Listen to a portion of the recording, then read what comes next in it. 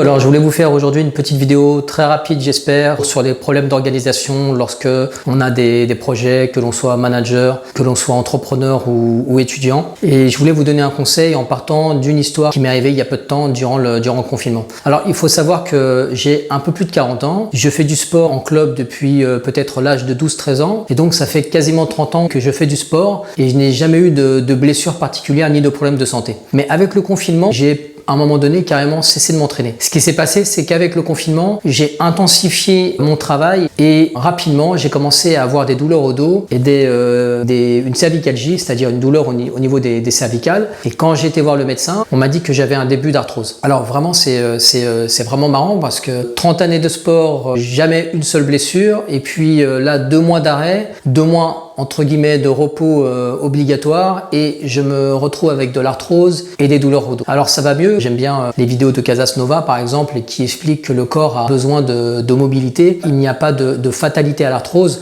et nous avons juste besoin de bouger. Et l'arthrose que j'ai développée, c'est simplement parce que pendant plusieurs mois, j'ai travaillé dans la même position plusieurs heures d'affilée durant chaque jour. Alors, qu'est-ce qu'on peut tirer de cette petite histoire? Je ne vous raconte pas cela pour vous raconter ma vie, mais parce que la promesse de cette chaîne, c'est de partager mon expérience, celle d'un ancien manager qui a travaillé pour des entreprises du CAC 40, qui a travaillé plusieurs années en tant qu'expatrié à l'étranger et qui a décidé du jour au lendemain de se reconvertir et de créer sa propre entreprise, notamment à travers l'infoprenariat. Aujourd'hui donc j'ai créé cette chaîne pour partager avec vous mes réussites mais aussi mes échecs, les difficultés que je rencontre de manière à ce que vous ne tombiez pas dans le même piège dans lequel je suis moi-même tombé. Qu'est-ce qu'on peut retirer de cette histoire? C'est que lorsque vous avez un objectif à atteindre, il est important de diviser votre temps en 3 parties. La première partie, c'est le rendez-vous que vous allez prendre avec vous-même tous les jours.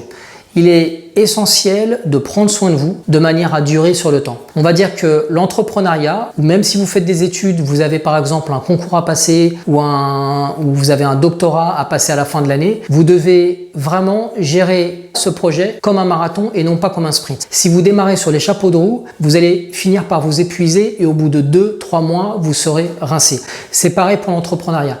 Combien d'entrepreneurs se sont lancés billes en tête, mais au bout de la 3e année, ils étaient complètement épuisés. On a l'impression que plus on en fait, plus on va réussir. Alors qu'il ne s'agit pas d'en faire plus, il s'agit de travailler mieux. Donc là, l'idée, c'est d'être à la fois un soldat, mais aussi un stratège. Votre esprit, mais aussi de développer votre corps. La deuxième partie que vous allez garder dans votre temps, c'est la partie que vous allez conserver évidemment pour votre essentiel. Vous vous rappelez que selon le livre de Gary Keller, The One Thing, l'idée c'est d'identifier l'essentiel dans un projet. Tout projet peut être divisé en une multitude de tâches. Parfois une dizaine, parfois une vingtaine, parfois une cinquantaine, parfois beaucoup plus pour d'énormes projets. Évidemment, vous ne pouvez pas tout accomplir du jour au lendemain. Souvent, lorsque l'on débute quelque chose, vous allez avoir une montagne de choses à faire. La plupart des gens, lorsqu'ils attaquent ces montagnes, vont la diviser en une multitude de tâches. Donc, ils vont faire des listes de tâches et ils vont, dans la journée, passer d'une tâche à l'autre en essayant de faire le maximum. Résultat, à la fin de la journée, ils n'auront pas atteint leurs objectifs. Et il va s'en suivre une certaine frustration et peut-être une certaine démotivation. Il est vraiment important, selon Gary Keller, d'identifier la chose essentielle qui vous permet de vous passer de toutes les autres. Si vous identifiez l'essentiel qui vous permet de vous passer de tout le reste, vous verrez que vous n'avez pas besoin de passer 8 heures à courir dans tous les sens et à faire une multitude de tâches. Vous allez pouvoir vous concentrer pendant seulement 4 heures sur cette chose essentielle. Et lorsque vous aurez fini cette chose essentielle, vous aurez un énorme sentiment de satisfaction parce que vous prendrez conscience que vous avez énormément avancé sur votre projet en seulement 4 heures de votre temps. Ensuite, s'il vous reste du temps dans votre journée, vous aurez tout le temps pour passer à des choses qui sont secondaires.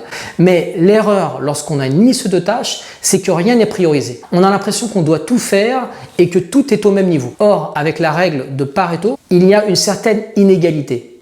Il y a véritablement certaines choses qui ont beaucoup plus de valeur et de poids que d'autres choses. Donc, si vous arrivez à identifier la chose essentielle qui vous apporte 80% de valeur dans votre projet, vous êtes gagnant. Le 3e temps devra être consacré à votre famille et à vos proches. Ne devenez pas esclave de votre travail. Essayez d'avoir cette discipline qui vous permettra de vous arrêter quand vous devez vous arrêter pour donner du temps, pour donner leur droit à vos proches et à votre famille. Vos proches, votre famille, vos enfants, vos amis, c'est votre oxygène. Si vous ne donnez pas du temps à vos proches et à vos amis, vous allez finir par vous épuiser. Rappelez-vous, un grand projet se conçoit comme un marathon et non comme un sprint. J'espère que vous avez apprécié cette vidéo. Vous savez ce qu'il vous reste à faire si vous l'avez aimé.